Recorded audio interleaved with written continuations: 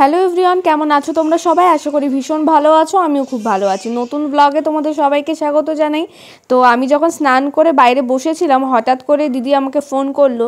তো ওরা একটু ডাক্তার দেখাতে গেছিলো, তা আমাকে বললো যে মনার ছুটি হয়ে গেছে, তুই যে নিয়ে আয়। তখন বাজে 1:30টার মতো, মানে আজকে হলো শনিবার ছিল, তাই 1:30টায় ছুটি। তাই ওদের কথা মতো আমিও চলে এসেছি। আমি ভেবেছিলাম যে মনা এই দিক থেকে আসবে, কিন্তু তারপরে দেখলাম যে না, এখানে কোনো বাচ্চা সেরকম বেরোচ্ছে না, মানে একদম ছোট বাচ্চা আছে যারা হয়তো কেজিতে পড়ে, তারাই এসেছে। তো অ্যাট লাস্ট আমার সোনা বাচ্চা এই যে চলে এসেছে আমার কাছে। সোয়েটার পরিসনি কেন? টাকা হ্যাঁ, কাকে জানিয়ে দিয়েছি? কাদের জানিয়ে দিয়েছিস? আর আমি জানতাম যে বাড়ি আসার সময় ওর খাবার লাগবেই, তো সেই কারণে আমি হলো 20 টাকা নিয়ে গেছিলাম। তো ওকে ফার্স্টে বলিনি, তারপর অনেক বায়না করলো। তারপরে বললাম যে ঠিক আছে, একটাই শর্ত, খাবার এখন কিনে নিয়ে যাবে, কিন্তু এখন খাবে না, ভাত খাওয়ার পরে খাবে। তো ও রাজি হলো। তারপরেও একটা চিপসের প্যাকেট নিল, আর হলো একটা হলো কেক নিল ব্রিটানিয়া। তো তারপর ওকে নিয়ে বাড়ি চলে এসেছি। আর এই দেখো আমি খেতেও বসে গেছি।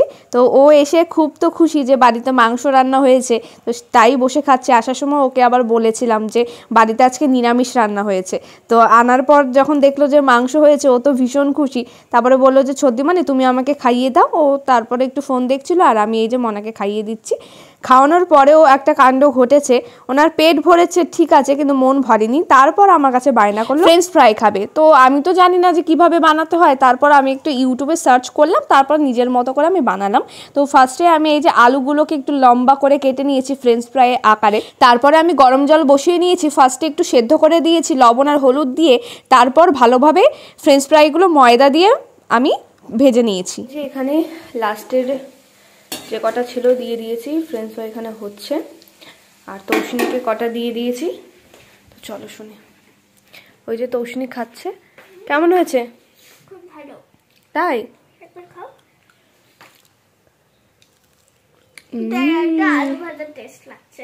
এবার এটা মুচমুচে না, ভেতরটা আলু ভাজার টেস্ট লাগছে। সস দিয়ে খেতে আবার ভালো লাগছে। ফ্রেঞ্চ ফ্রাই তো এরকমই। মুচমুচে। তো শুনতেই পারলে বললো যে ভালোই হয়েছে খেতে। তো তারপর হলো ওকে আমরা রেডি করিয়ে দিয়েছিলাম। দাদাভাই ওদিকে ফোন করেছিল যে মনাকে এখন আমি নিতে আসবো, বিকেল প্রায় হয়ে গেছে। তো রেডি করানোর অনেকক্ষণ পরেই কিন্তু দাদাভাই এসেছে। তারপর আমি মনাকে নিয়ে চলে গেছি। তখন বাজে ও 6টা, 6:30, অন্ধকার হয়ে গেছিলো। তো মনা এখন আমাদের বাড়ি আসলে আর যেতে চায় না। তো ওকে জোর করেই রীতিমতো পাঠানো হয়েছে, আর অনেক কিছু বুঝিয়ে যে মনা তুমি এখন যাও, আবার তুমি এসো, কারণ পড়াশোনা তো স্টার্ট হয়ে গেছে। এখন অনেক পরে একটু পড়াশোনার চাপও রয়েছে। যাই হোক, দাদাভাই হলো গ্যাস গোডাউনের সামনে ছিল, তাই আমি মনাকে নিয়ে ওর ব্যাগকে নিয়ে যাচ্ছি এখন। আর ওকে বোঝাতে বোঝাতে যাচ্ছি যে বাবা মায়ের কথা শুনবে, দুষ্টুমি করবে না, মন দিয়ে পড়াশোনা করবে, তুমি কালকে আবার আসবে। আবার বায়না করছিল যে ছদ্দিমানি আজকে থেকে গেলে ভালো হতো।